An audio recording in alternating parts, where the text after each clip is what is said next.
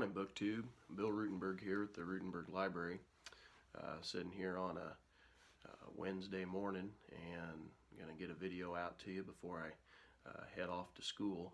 Meant to do some shooting last night when I got home from school, but to be honest, I was absolutely exhausted.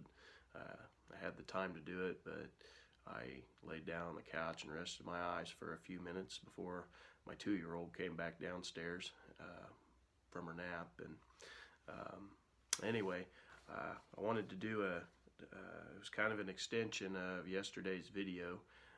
When I was doing the nonfiction book tag, I had a kind of a hard time doing that, and there was a bunch of books that got left off the list, and so I wanted to do a video on the 12 nonfiction honorable mentions, and I thought that'd be kind of fun, and let you see some other stuff that I like, some other books that I really liked throughout the last few years.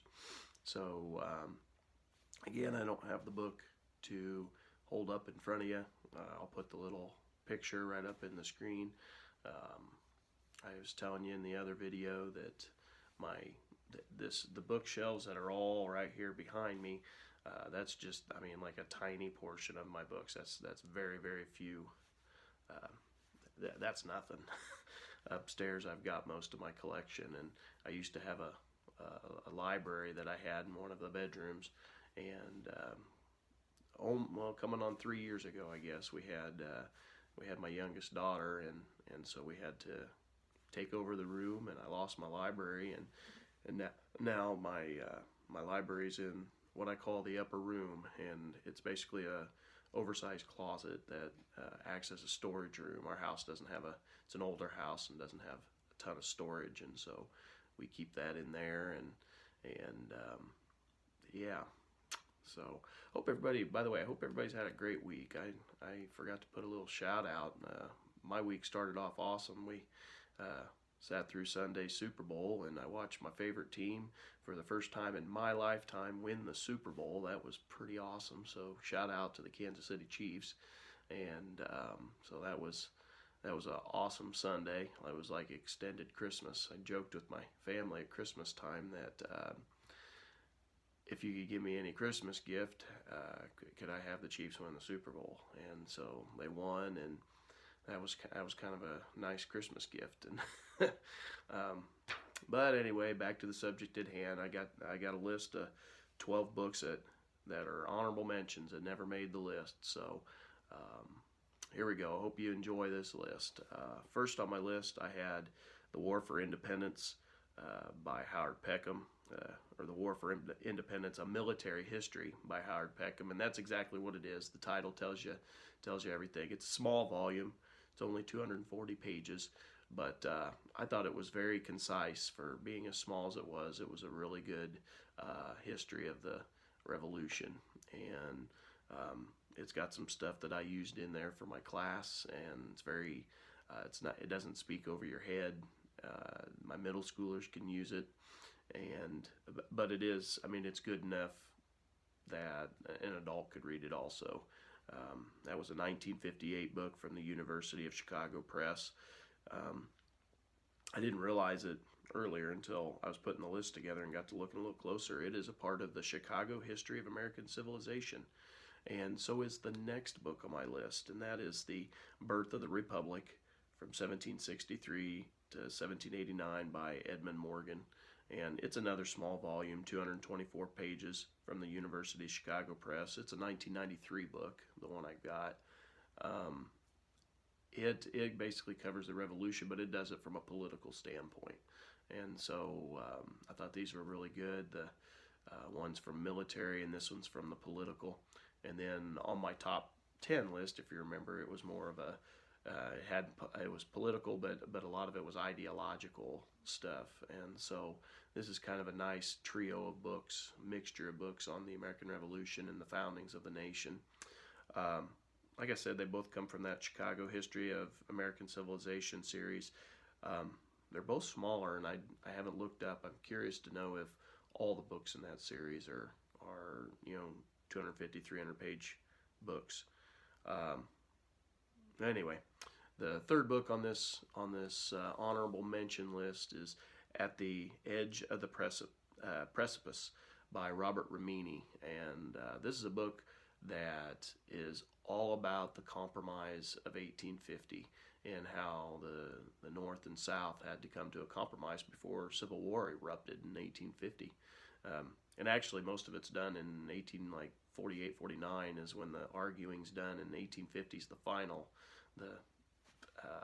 product of that. And it does a great job of showing all of the issues that the nation was facing because of slavery. And of course, they got the new chunk of land in the Southwest from the Mexican War, and they're trying to, figure out, should slavery extend, should it not? And it's just it's only 202 pages, so it's a nice small volume over a very, very important law in our history. And I like to talk about that law in my 8th grade class in the antebellum period, before the Civil War, because it plays a huge impact. Next book on my list would be Lincoln's Melancholy by Joshua Schenck. This is a 368-page book from Mariner Books, 2006.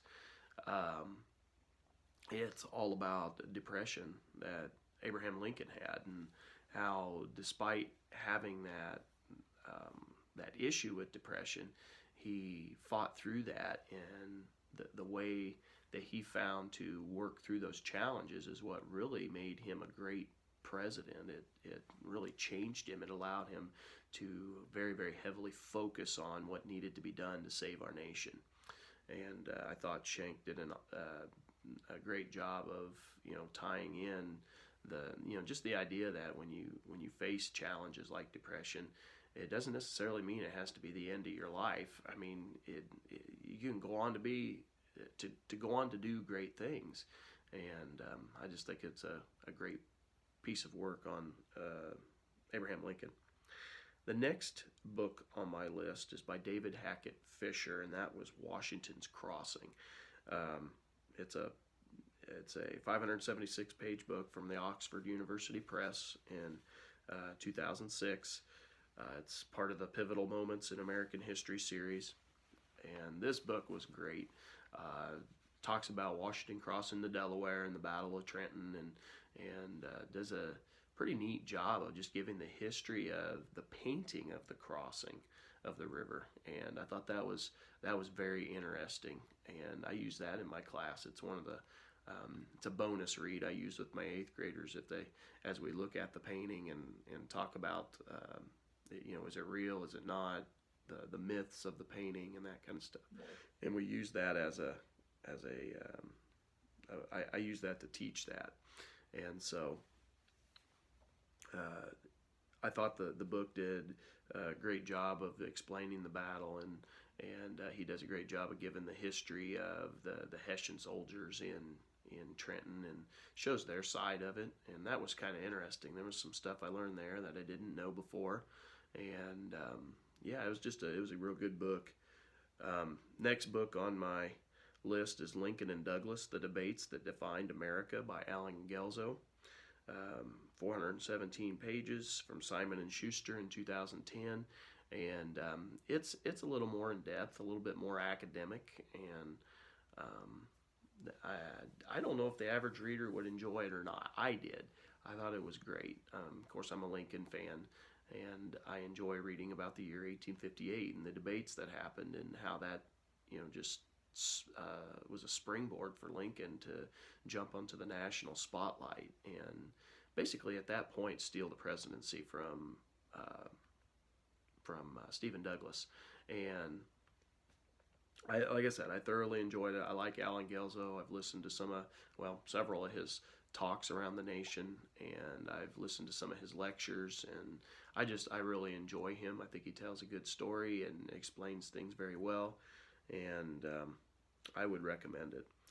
Next book on my list is T.R., The Last of the Romantics by H.W. Brands. It's a big book. It's a door stopper. It's 928 pages from Basic Books. It's from 1998. But this one really, Brands makes me fall in love with Teddy Roosevelt. Roosevelt's great. he's become one of my favorite people to read about. And if I haven't told you before, I really love reading about Lincoln, Washington, um, Benjamin Franklin, and Teddy Roosevelt. Those are my top four people I like reading about. And Roosevelt ended up in that top four list because of Brands' book here.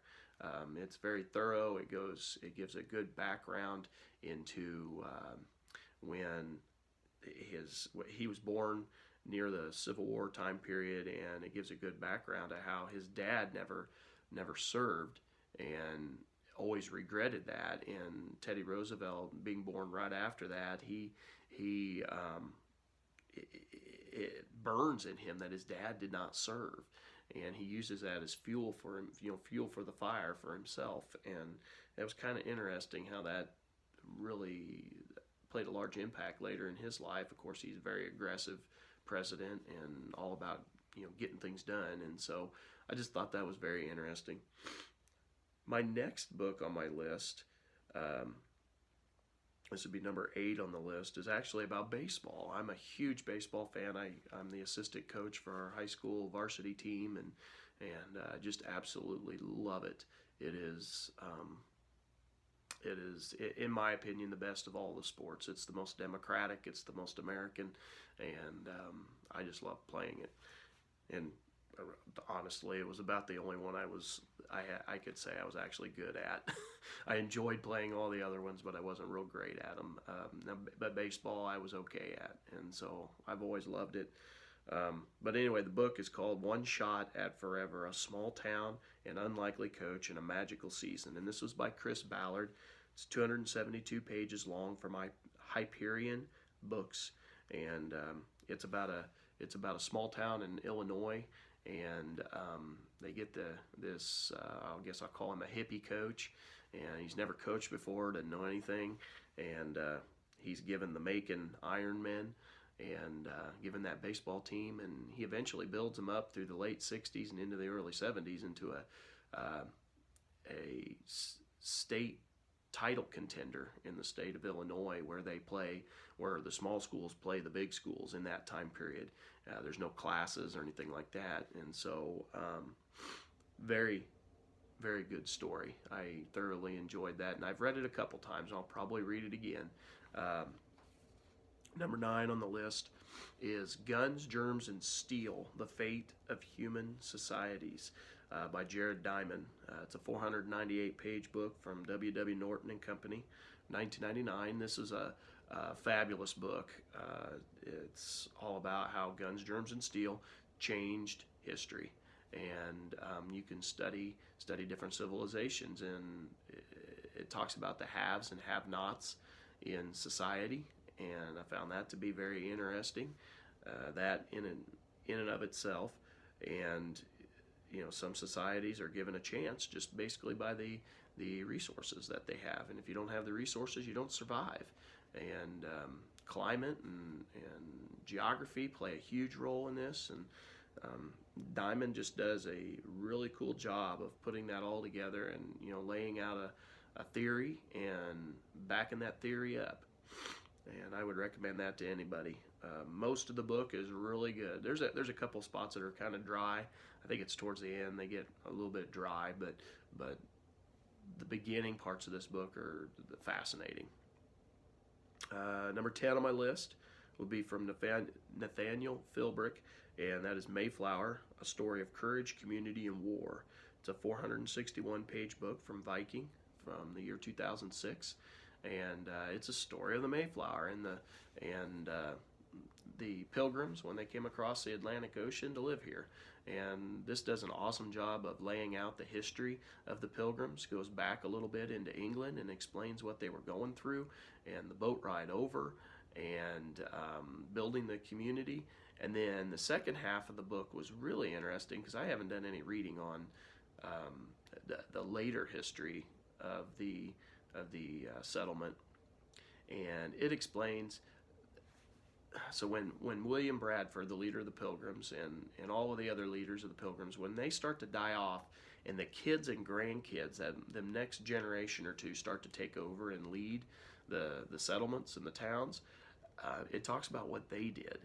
whereas Bradford was all about becoming friends and being unified with the Indians. The kids and grandkids were not, and that's where King Philip's War comes in, and it's all about the settlers versus the Indians and the wars that they had, and the fighting. And like I said, I'd never read anything on that, and that was, I think, pretty interesting. I'd recommend that to anybody studying the Pilgrims.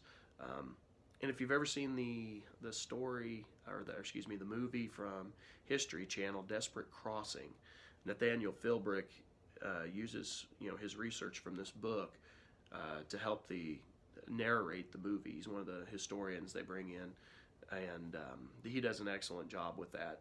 And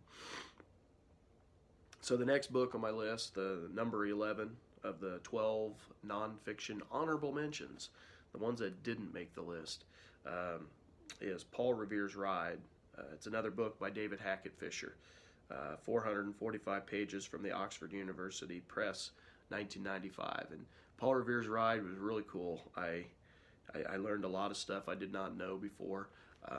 He does a good job of explaining. Well, my favorite part was when the British are crossing the bay or the harbor, whatever you want to call it, when they were crossing and they were getting ready to land and start their march inland towards Lexington and Concord.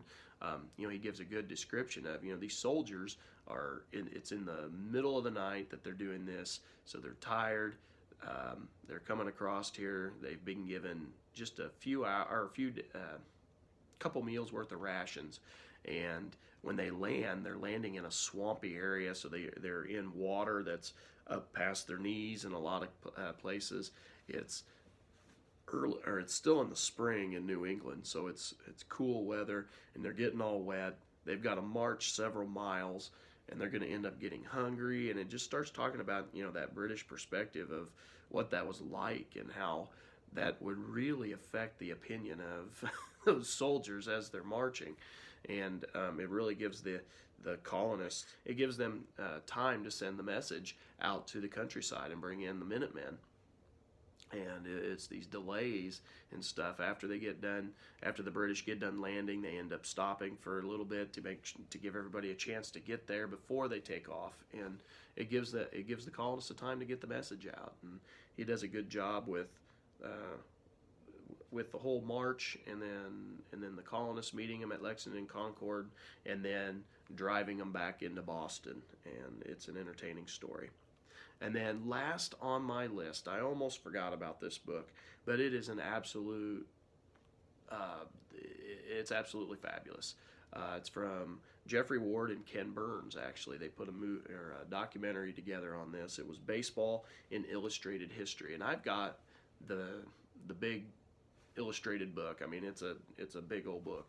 And I've read that, and it is awesome. Again, I'm a baseball fan, so it goes through the history of baseball. It puts the timeline into 9 innings, and then there's an extra innings, and so basically 10 big chapters, I believe, is how many it has, and it just goes through the history of baseball. I was just talking to the kids yesterday. They're doing their History Day project on Jackie Robinson, and I was telling them that might be a book they need to look for, because there's a whole chapter talking about that time period, and great illustrations, talks about pretty much every famous player you could think of, and puts it into the social history of the United States. And anyway, it'd be worth anybody that's a baseball fan, it'd be worth their time reading. So anyway, I see the time is getting a little bit lengthy for this video. I apologize for that. I hope you've enjoyed listening to my opinions of these books. I didn't give you a ton to think about just because of time, but I hope you enjoy the books. Maybe it'll give you an idea of what to read next. And so I hope you have a great day and a great rest of the week.